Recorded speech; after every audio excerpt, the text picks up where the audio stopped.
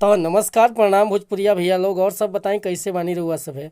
उम्मीद करता नहीं रहुआ सब ठीक ठाक होखा भैया। और हमहू ठीक ठाक बानी, स्वस्थ बानी, मस्त बानी।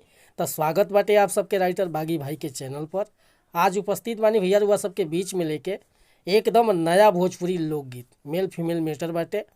और दिल से बताओ तानी भैया कि एक नया म्यूजिक बनवा के और बढ़िया ढंग से गायकी कर देतानी तो गाना 100% बच जाई भैया। रील पर तो वायरल खूब होखी, बहुत बढ़िया मेटर बा।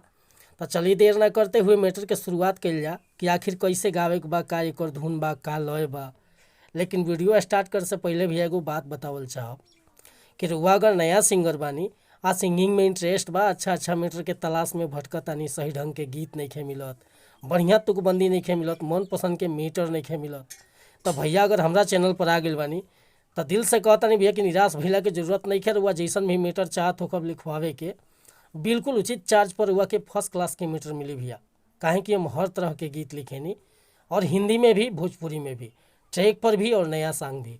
कैसन को रुआ मीटर लिखवाए के बाद जैसे कि लव सॉन्ग, सैड सॉन्ग, धोबी गीत, पूर्वी गीत, निर्गुण गीत, अतः रंगदारी मीटर, कोनो प्रकार के गीत लिखवाओ को कि भैया तो बेहिचक रुआ कॉल या व्हाट्सअप कर सकता नहीं। डिस्क्रिप्शन में हमारा नंबर बा। आज के मीटर शुरू कल जा कि कैसे गावे के बा, का एकर धुन बा, का लय बा।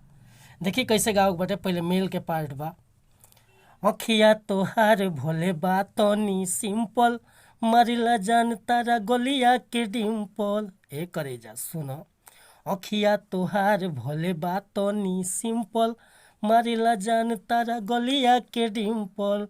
सीनावा से सटली मन करेला हो, हमार जवानी देख के कई गो जिला हम पे मोरेला हो। कमर के झटका हमारी तो केतना लोगवाया है भरेला हो। हमार जवानी देख के कई गो जिला हम पे मोरेला हो। कमर के झटका हमारी ले केतना लोगवा आह भरेला हो।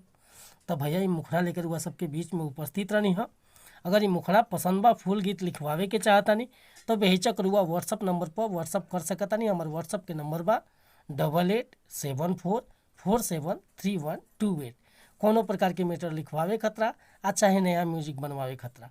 अगर ये मीटर पसंद आयल हुई तो एगो लाइक करब, कमेंट करब, आ चैनल पर नया होखेम तो चैनल के सब्सक्राइब कर लेब।